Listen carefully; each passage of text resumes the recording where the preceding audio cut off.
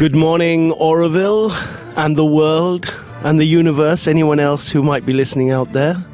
This is Krishna McKenzie with your weekly reconnect to Mother Nature through exploring where our food comes from, natural farming, permaculture, and the implications on that on a social level, ecological level, nutritional level, medicinal level, even economic level. So I hope everyone is well. This week we have been doing a lot of work in various communities with our people's movement, local food people's movement that as I had told you before we started, I think in 2014, called Localicious. And as you know, with the lockdown, it's really picked up. And this week we have been in the Tibetan pavilion yesterday. And these guys in the Tibetan pavilion, Naungal and Khalsang, they're really very progressive in their thinking. They realized that they've just sort of not really given much attention to the garden around them. They've just sort of let these trees grow and leave the gardener to potter around and do the bits and pieces he felt like doing. And they had actually some seriously large trees overcrowding the mangoes, the sapota, the lemon, the pitanga cherry, and a cashew nut tree. So I sort of explained to them, either we just leave it to become a jungle, or we value those fruit trees and we cut back the trees that have grown up, the neem and this some various service trees, and mulch them and allow the mango and the sapota to survive. So they're very, I would say, because in Auroville, you talk about cutting a tree and everyone's up in arms. But if we didn't cut those trees, the mango will die and the sapota will die and the lemon will die through lack of light. So they very courageously went for that, and now they've made they made one big garden because also they had light. And now yesterday we started the second garden. And these aren't just small little gardens. They're about 6 meters by about, say, 12, 13 meters, even a little larger, maybe 14 meters, 15 meters. And in those gardens, they've already got lots of spinaches growing, tapioca, cluster beans, lady's fingers, bananas, papayas. Even they have this air potato and some sweet potato. So it's very inspiring because these guys in the next 2.5 months, these guys are going to be starting to eat their own food. And they're going to, because of the size of the gardens, there's going to be enough for their neighbors and enough for other people to eat. So the implications of that, although it seems rather humble and simple, the implications of that are huge on an ecological level, on an economic level, and also on a social level, that we share something so basic. It's like sitting at the table and breaking bread and sharing food. So sharing food that's been grown in the garden, that's an amazing thing to be able to participate in our lives. And yesterday it was really nice as, again, various people show up to help in these gardens, the same faces coming again and again. And you can feel that this is not only about just digging a garden, making a garden. This is also very much something very social about it. People want to come together and share and, participate together, work together. There's this sense of, I think, almost sense of belonging when we join together as a team and create something such as a garden. So that's really interesting to see. On last Saturday, we were at Nasim's place with Roberto. Is helping her to make basically value all the land around the house to make it into gardens. So we did quite a few gardens there. That's also quite a significant little patch with again pumpkins and bottle gourds and sweet leaf and tapioca, bananas, papayas, and lots of other little plants, lady's finger, cluster beans, all coming up. And again, you think, wow, this is too cool. People are, again, there's going to be a serious amount of food to share with people. So again, the value of that is huge. Today, on Tuesday and last Tuesday, we're at Surrender. This is like our timetable. Monday is in the Tibetan Pavilion, Tuesday is in Surrender. And in Surrender, it's slightly different. It's not just one place that we're making gardens. It's various people's houses. And there's this, we're behind people's, in their back gardens at the moment, where it's not being considered to use that space for growing food. It's all ornamentals everywhere and big trees. And I think that's a narrative that has to change, and that we're also working on that. How do you change a policy? How do you change a policy? Is obviously a reflection, I mean, not exactly, but somewhat, of the state of mind of a society. It reflects the policies that government will take up. If enough people get up in arms and say, no, we disagree, then a good democratic society would be able to change those policies. But as people are disconnected from nature and they don't go and do anything in those gardens, and they don't participate in their, in their nutritional relationship with the landscape around them, so therefore ornamentals and big trees grow and grow and grow, and there is no space for gardens. So we have been working with a few different people. One of them is Ingmarie, and another one is Poonam, and then another couple of people. There's a friend who's visiting called Pashwa, who is quite good at helping us facilitate this, and a few other people have been involved. And we've been looking at what does it mean to address policy change vis-a-vis local food, vis-a-vis our thinking about food. So one aspect, of course, was about architecture, and Poonam was or has been coming up with a sort of a booklet that are the best practices for architects. So that would include things such as really giving a value to a community kitchen.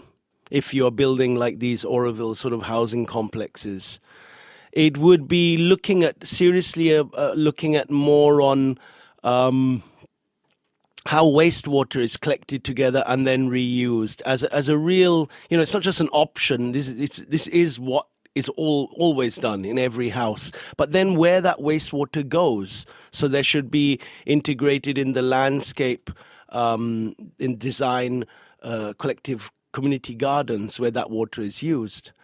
And then she was going as far as to explore how the roof could be used in gardening, and then what would the building techniques and the technical aspects of that look like.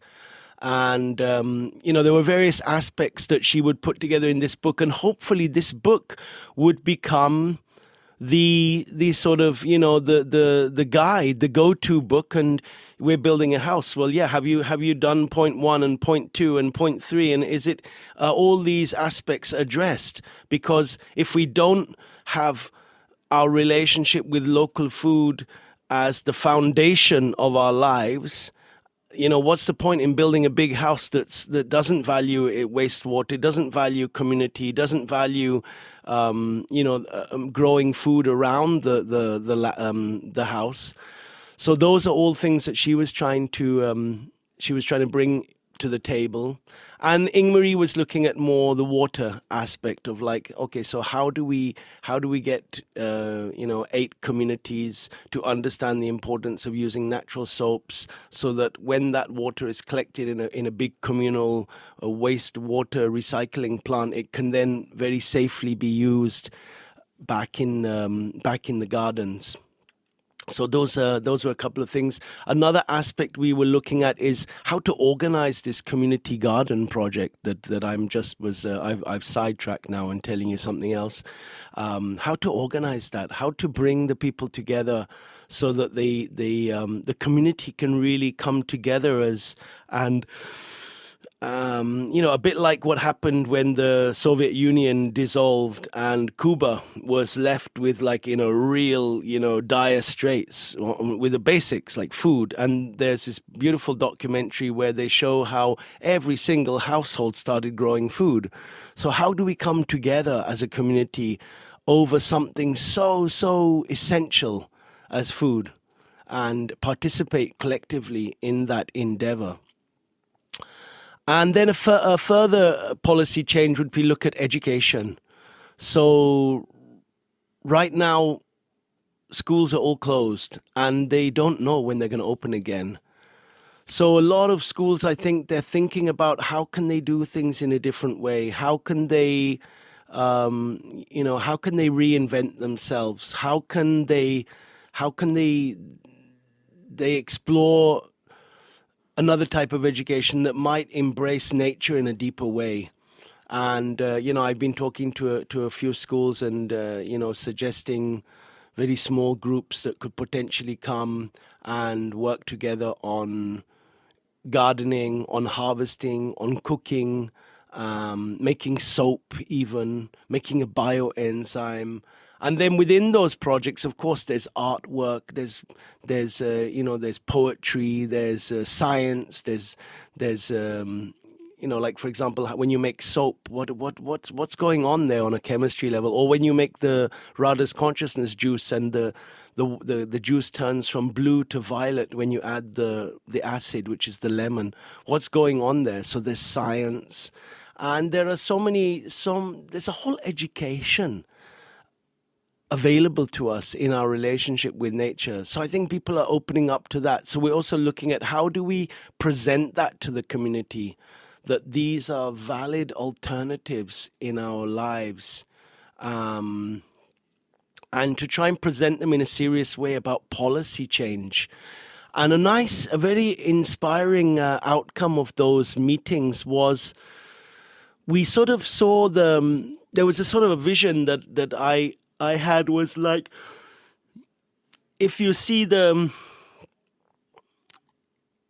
of see this, all of these things are interconnected. You see the water that links back to growing our food, the use of the natural soaps, that means the water's clean. The education, of course, that means the kids grow up understanding about local foods. The community gardens, that means the society is all connected with a common value. You see, everything is interconnected on this level, and it's sort of like, its base of connection is that we all have this relationship to Mother Earth and this need for food. And these aspects all join up and link together. And it's sort of like to understand that we have to touch all of these subjects. Of course, there'll be experts in various subjects technically, but we have to be able to be involved in education and with the water and with the growing the food and all aspects of this endeavor. So that work is going on. That's going on Friday afternoons. And coming back to the community garden projects, on Wednesdays we've been going to Serenity, and Serenity has just finished its 2-month anniversary of having started the gardens. I just did a little video about them, and it was quite inspiring, because we were showing next to the gardens. It's completely barren, it's like Auroville in the 60s. It's just a red, empty land, and then just 2 meters away, you see, bananas and tapioca and all sorts of spinaches and lady's finger and sweet leaf papayas and soursop and lemons and, all sorts of trees growing, and so lush and so fast. And you think, wow, this has happened in 2 months. And it's happened with just about 3 people, in fact, really, really seriously being involved. And then some people coming, like myself and Amir and Yermalai, coming to give a little help, and Suresh coming to give a little support. But basically, these 3 people have pushed this project forward. And then on Thursdays, we've been doing some very small workshop at Solitude, where we've had a few people from these projects come together, and we've been doing a workshop called The Secrets of Our Salad, where we've gone around the farm and we've harvested about, I'd say, 20 to 30 different plants, come back to the kitchen, and we've made juice, we've made a salad, we've made a spinach dish and a chutney, and we've sat down and just eaten this together. And that is such a wonderful thing to share. You really see how the people are moved, how they're very, very deeply moved by having harvested this, understood the values and identified the plants, and then come back to the kitchen and washed it, prepared it, and then sat together and eaten it. The food is very, very delicious. And I think that cannot be understood unless you eat it. Of course, you have to eat it to know it. So that's Thursdays. On Fridays, we're at Creativity, and Creativity, there's a little posse of creativity community dwellers, and they had a little community garden that wasn't really up to much, had a few papayas growing, and it was a bit overgrown with a big clump of bamboo. So they, again, like in Tibetan Pavilion, they were very proactive, and they got the bamboo out, and they pruned a little bit one tree, and they had a nice quantity of light. And then they just started preparing the beds.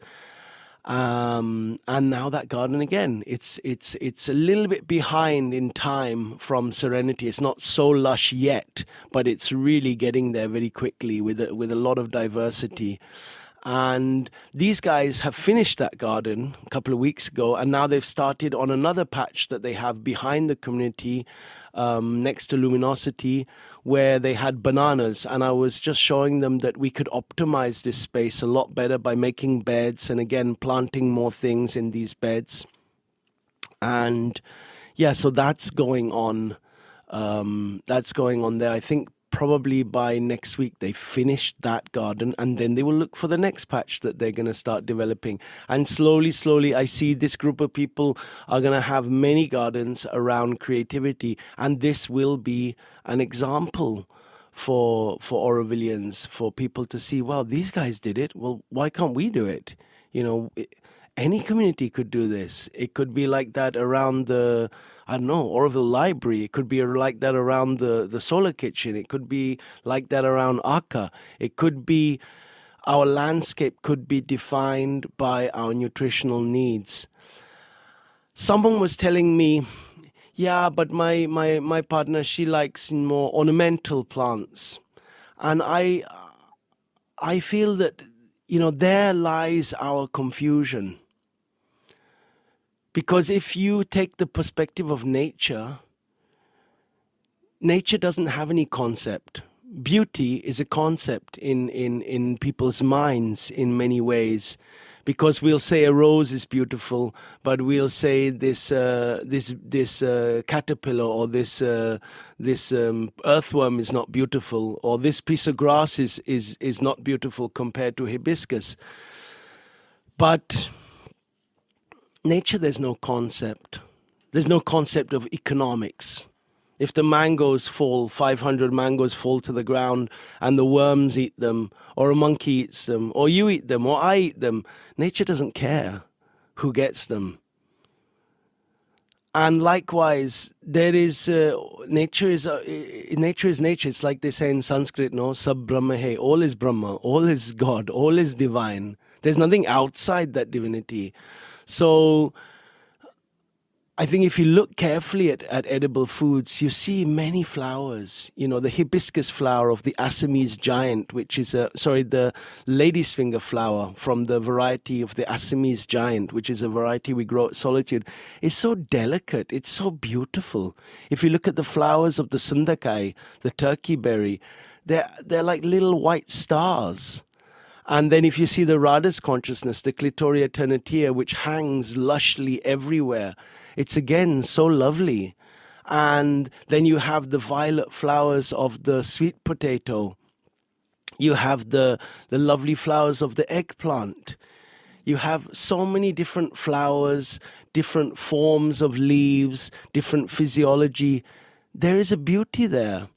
But again, in the mind, we have a concept of beauty, and therefore we define our landscape and thus our reality by a concept that we carry in our mind rather than something real, which is a relationship with nature according to our food as much as anything else. So this is what this community garden project, this what I call a local food people's movement is really about. It's about redefining our values, redefining what Auroville looks like, by addressing the most basic thing that we all need, which is food. You know, without food, there's not going to be any gold discs on the Matrimandir.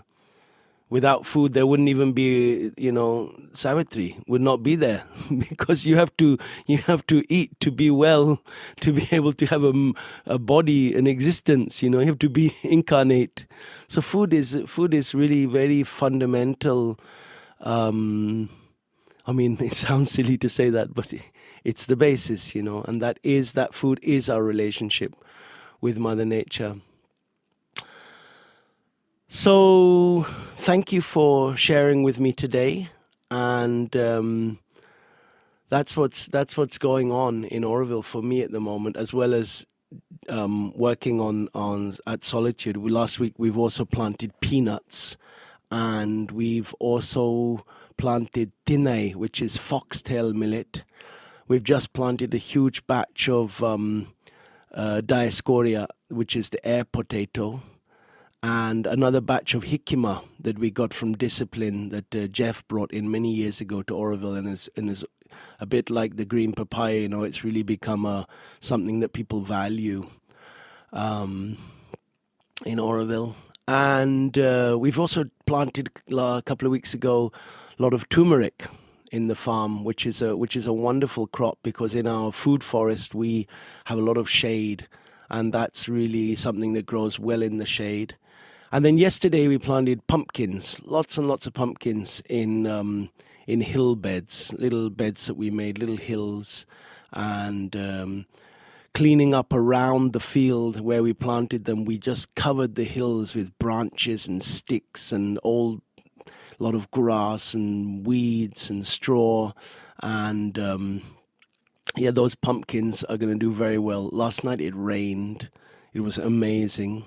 I think it was in the early morning, and heavy rain. So everything is doing really, really well at the moment. Today we're planting potalaka and spinach and more hikima and more diascorea, and wing beans is the next thing we're going to be planting. So there's so many things going on. With the rain, it's such a blessing. And try and come to if you're living in Auroville, try and come to the community garden projects. It will really inspire you. As I say, Monday is in Tibetan Pavilion, Tuesday is in Surrender, Wednesday Serenity, Thursday there's something happening at Solitude, Friday is Creativity, and Saturday is in Nasim's house in Botanical Gardens. And come along and learn something, and join this community of people actively trying to bring this change not only into their lives but into our whole community. More videos going up on Krishna McKenzie on the YouTube. Have a look at that, and look forward to speaking with you next week. Have a lovely day.